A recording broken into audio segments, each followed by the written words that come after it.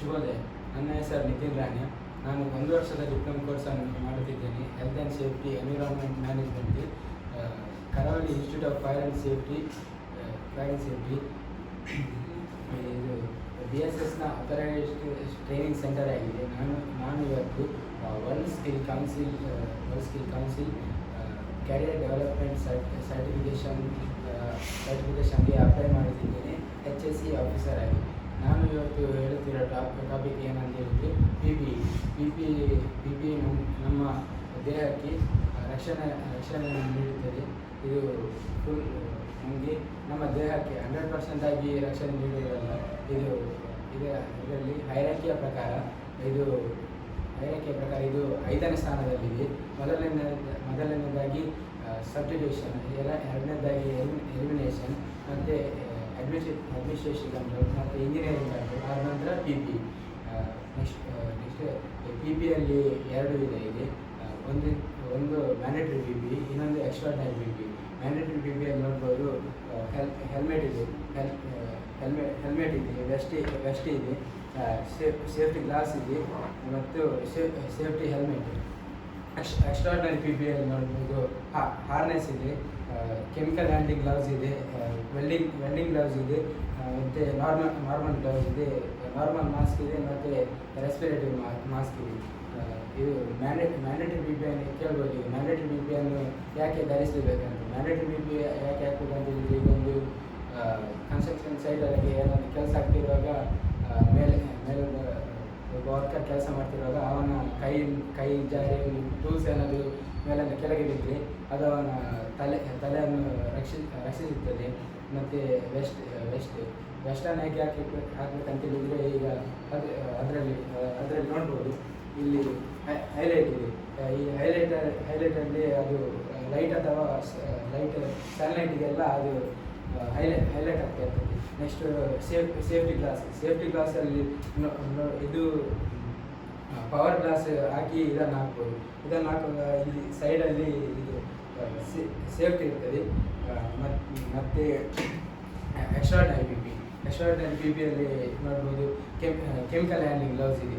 Chemical handling gloves ಯಾಕೆ ಹಾಕ್ಬೇಕಂತ ಹೇಳಿದರೆ, ನೀವೀಗ ಯಾವುದಾದ್ರೂ ಒಂದು ಕೊರೋಸಿವ್ ಕೆಮಿಕಲನ್ನು ಹ್ಯಾಂಡ್ಲಿಂಗ್ ಮಾಡ್ತಿರ್ತೀವಿ, ಅದು ಕೆಮಿಕಲ್ ನಿಮ್ಮ ಕೈಗೆ ಬಿದ್ದರೆ ಕೈಯಲ್ಲೆಲ್ಲ ಗಾಯ ಆಗ್ಬೋದು.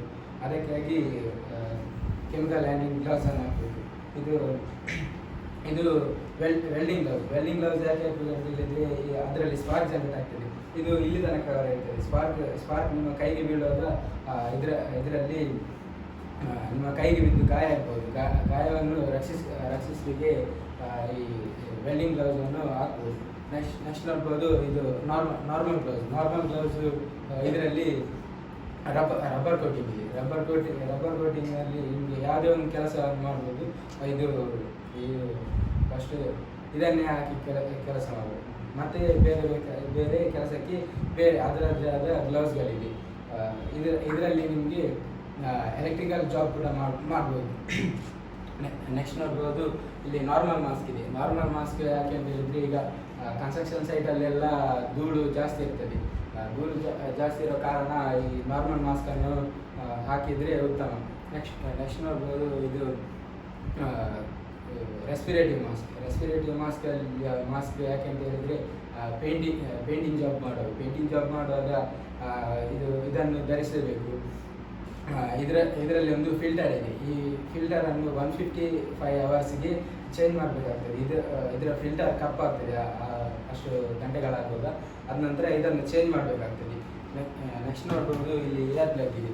ಏರ್ ಪ್ಲಗ್ಗನ್ನು 85 ಡೆಸಿಬಲ್ಗಿಂತ ಜಾಸ್ತಿ ನಾಯ್ಸ್ ಇದ್ದರೆ ಏರ್ ಪ್ಲಗ್ಗನ್ನು ಹಾಕಲೇಬೇಕಾಗ್ತದೆ. ನೆಕ್ಸ್ಟ್ ಹಾರ್ನೆಸ್ ಇದೆ. ಹಾರ್ನೆಸ್ ಬೆಲ್ಟನ್ನು ಈಗ ಒಂದು 1.8 ಮೀಟರ್ಗಿಂತ ಹೈಟಲ್ಲಿ ಕೆಲಸ ಮಾಡುವುದಾದರೆ ಹಾರ್ನೆಸ್ಸನ್ನು ಹಾಕಬೇಕು. ಯಾವುದೇ ಒಂದು ಕೆಲಸ ಮಾಡೋದು, ಪೇಂಟಿಂಗ್ ಕೆಲಸ ಆಗಿರ್ಬೋದು, ಗ್ಲಾಸ್ ಕ್ಲೀನಿಂಗ್ ಆಗಿರ್ಬೋದು, ಅಥವಾ ಯಾವುದೇ ಒಂದು ಹೈಟಲ್ಲಿ ಕೆಲಸ ಮಾಡುವಾಗ ಹಾಕಬೇಕಾಗ್ತದೆ.